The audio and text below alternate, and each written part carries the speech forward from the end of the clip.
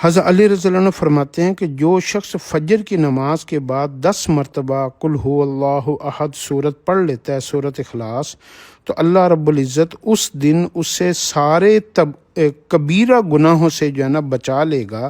اور شیطان جتنا ہی زور لگا لے اس سے گناہ اللہ رب العزت نہیں ہونے دے گا۔ تو اس لیے صبح صبح سورت اخلاص کو 10 مرتبہ پڑھ لیا کریں، اس یقین کے ساتھ کہ اللہ رب العزت آج کے دن میری سارے گناہوں سے حفاظت فرمائے گا۔ جو آدمی اس عمل کو کرتا ہے اللہ اس کو گناہوں سے حفاظت فرماتا ہے اور اپنی پناہ میں لے لیتا ہے شیاطین سے، جنات سے اور اس کے نفس کے شرور سے۔ تو سورت اخلاص کو صبح 10 پڑھنے کی عادت بنائیں، اور اس کے ساتھ اگر آپ قل اعوذ برب الفلق، قل اعوذ برب الناس بھی پڑھ لیا کریں 3 مرتبہ، تو ہر طرح کے فسادات، مشکلیں، تکلیفیں، رنجشیں، نقصانات اور آفات و بلیات سے بھی حفاظت ہو جائے گی۔